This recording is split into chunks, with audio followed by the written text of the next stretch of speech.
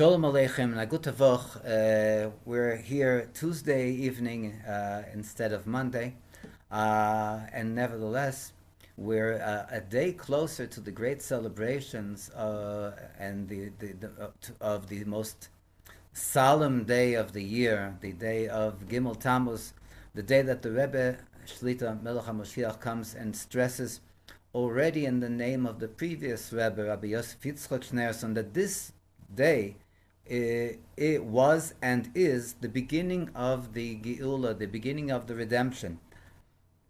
It expressed the beginning of the redemption for the Rebbe Rayatz, for the previous Lubavitcher Rebbe, when he was in the course of going out of the communist imprisonment that he was in. He imprisoned there because of the fact that he was looking out for the Jews of Russia and all the other communist countries then, and at the same time, this was something that was perfectly permissible to go and to teach Torah and to learn Torah, but unofficially there were people that tried to see to the fact that this should not carry on, that there should be, God forbid, no active Judaism in Russia.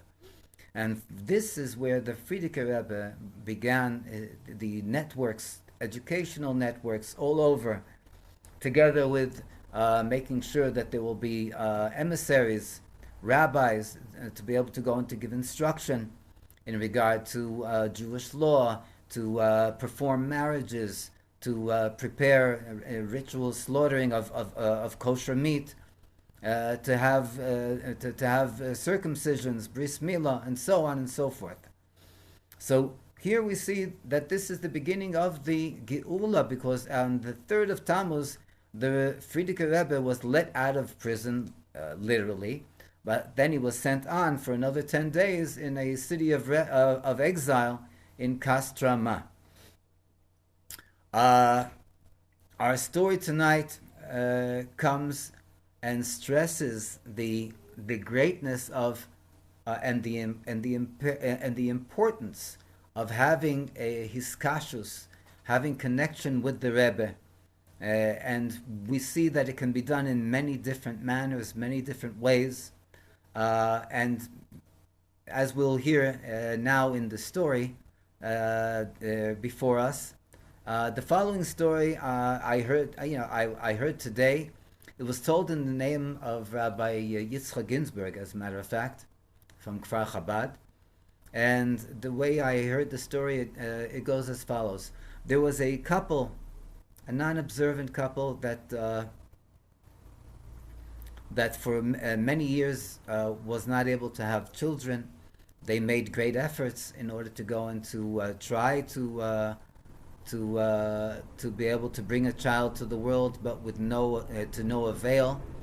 I believe it was in the Memim in the 1980s, and they were very, very much frustrated. And then they received good news. They received good news that the wife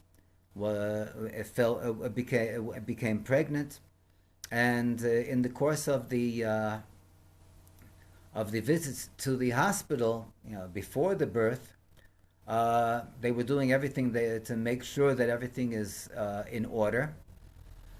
Until right before the birth, they were in the hospital, and they received some unexpected, not good news. The doctors said that that according to their checkups, from what they were able to see, and this was also with the X-rays and so on, there is a 90% chance. It's a pretty high state of danger. 90% chance that the child will not be able to see. Rahman litzlan, Hashem should watch over us. There's still a 10% chance that the child will be able to see. But nevertheless, this caused them to have a grave downfall in their spirits. They were feeling really, really terrible, but despite the fact that they're expecting the child, and while the husband was sitting in the corridor, so a Lubavitcher fellow comes over to him, and he says to him, "Listen, I see that you're not in a good mood. Maybe you'd like to share what's going on." He said, "Forget it. Don't bother." And this Lubavitcher didn't stop, and he kept on trying to be able to be helpful, until the person told him the story, what the doctors told him. And the Chassid tells him, "Listen, what you need now is one thing. You need to call the Lubavitcher Rebbe, and you need to ask for a bracha. You need to ask for a blessing." He says, "Call the Lubavitcher Rebbe, ask for a blessing? I don't know him from Adam, the Rebbe, and beyond that, I don't personally have any connection with beliefs in asking for blessings. That's not part of my repertoire." So the person says, "Listen, nevertheless, this is what can help you." And he goes and he says, "Here," and he writes down the telephone number of the Rebbe's secretariat, and he says, "Call the Lubavitcher Rebbe." He says, "I don't know. I really don't know. It's not my kind of thing." And that's how they parted for that day. He went home, and he was thinking about what this chassid told him, and he says, "You know what? It can't hurt. I'll try." So he picks up the phone. He calls the number, and the number rings and rings and rings, and no one picks up. And he kept on for a little bit more, until finally he said, "Well, if there's no answer, how far can I go without getting even an answer on the other end of the line?" And with this, he stopped. The next day, he's back in the hospital. His wife was still doing different checkups. And this fellow again sees him, the chassid, the Lubavitcher, and he says, "No, how did it go?" He says, "I want you to know one thing." And he says, "I didn't believe in what you said, but nevertheless, when I got home, I made the call." He says, "No, and what?" He says, "No one answered." There was no answer whatsoever. So the chassid said, "Well, what do you feel?" He says, "Well, there's no answer, so there's no solution." He says, "Listen, I'm from Russia," and he was then he was there in the 1980s.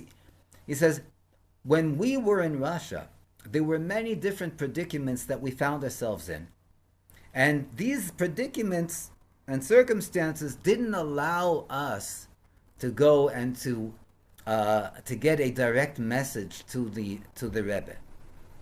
But what did we do? We did the following. The following meaning that there is a concept of connecting with the Rebbe. There is a concept of hiskashrus, connecting with the Rebbe. On one level, it's that obviously connecting on a direct basis, writing a letter to the Rebbe, or being able to face the Rebbe and to ask the Rebbe the question that we have.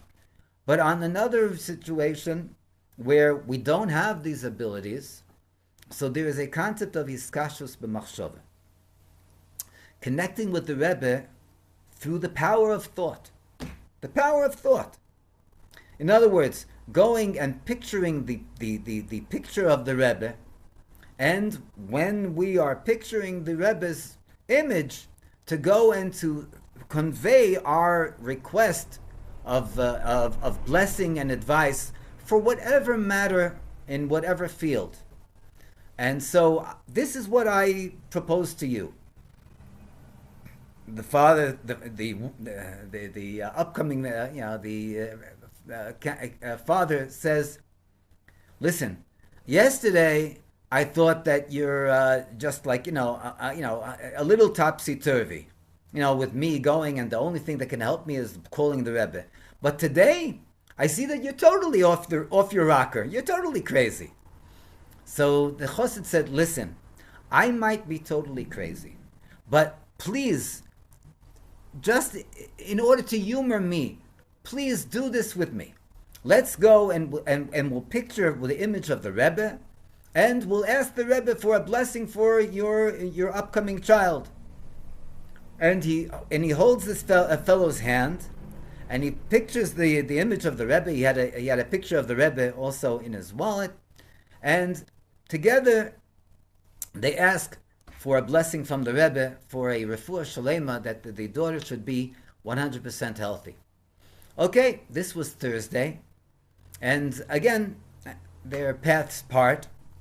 And then Sunday, the fellow comes back to the hospital. When he comes back to the hospital, who does he see? He sees this Lubavitcher. Apparently, this is his regular route to go and to visit in the hospital, to put tefillin on people, to light Shabbos candles, and so on. So the chassid goes over to him and he says, "No, was there any news?" And he says, "You won't believe this." He says, "What do you mean?"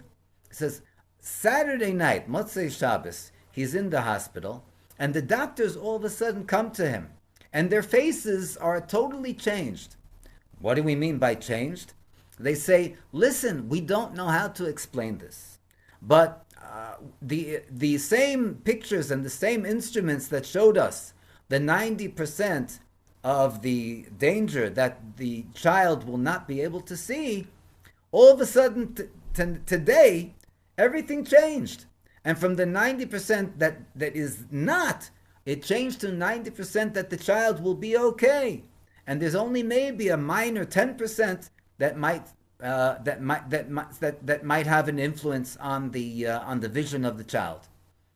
And they were just so happy. They were like literally, they were glowing with joy. Him and his wife, and the chassid said, "No. So what do you say about his kashus b'machshava now, connecting with the Rebbe by thought?"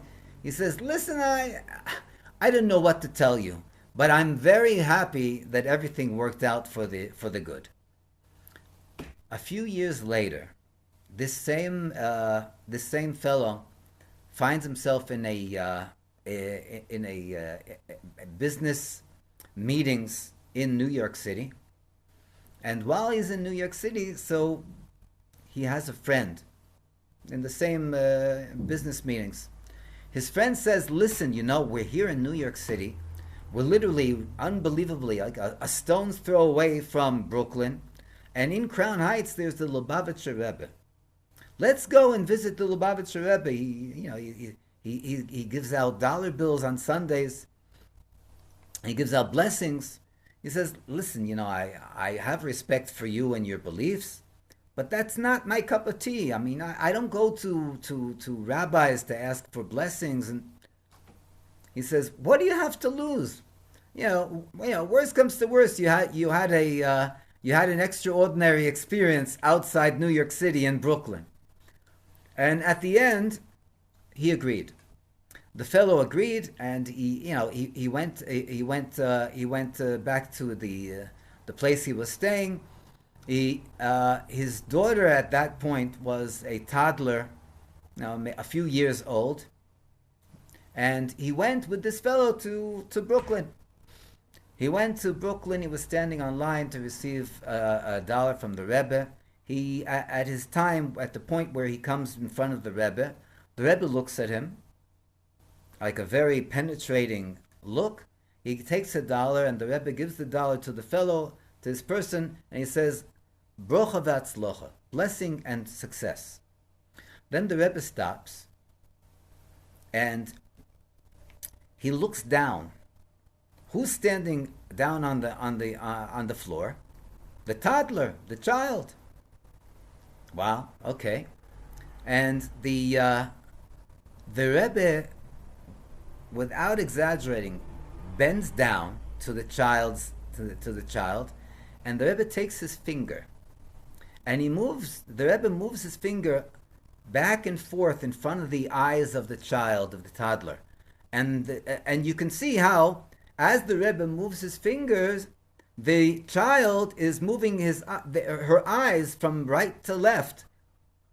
And this is one of the basic checkups in regard to a person's vision, whether it's intact or otherwise.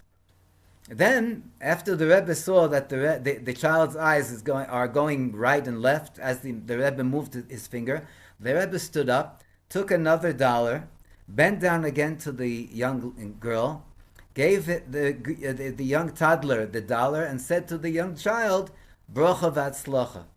And then the father was shocked. He was amazed. He was like unbelievably surprised. How could this be? How could this be? This was going and reminding him the history back 3 years ago, when the whole process of the prognosis of the doctors coming and saying that it's going to be like totally doomsday, God forbid, and then how everything after he went and he connected with the Rebbe in the iskashus b'machshova, the connecting by thought, actually prevailed, and everything turned around. He didn't believe it at the time, but when the Rebbe showed him with unwavering proof that everything that happened went through the Rebbe, and the Rebbe knew that this is the child that received the blessing for her vision, this moved him so much that he became an observant Jew. Him, his wife, his child, they became observant Jews. Not only observant Jews, but they became Hasidim, and they became Lubavitcher Hasidim, and this is the way they continued their lifestyle as Lubavitcher Hasidim followers of the Rebbe Shlita Melech Ha'Moshiach. Today, in our day and age, obviously we have still the ability to go and to have iskashus b'machshova, to connect by thought to the Rebbe. But today we are fortunate to have the Rebbe's letters, the Igros Kodesh, the Rebbe's holy letters, and we are able to go and to receive immediate answers on the spot. Letters for requests of blessing and advice from the Rebbe in every field of life. And those that have the Igros Kodesh, the Rebbe's letters at home, are able to go into to receive these answers from the volumes of the Igros Kodesh, the letters of the Rebbe. Those that don't have it at home are able to go into access this online. Online, yes. There is a website, www.igrot,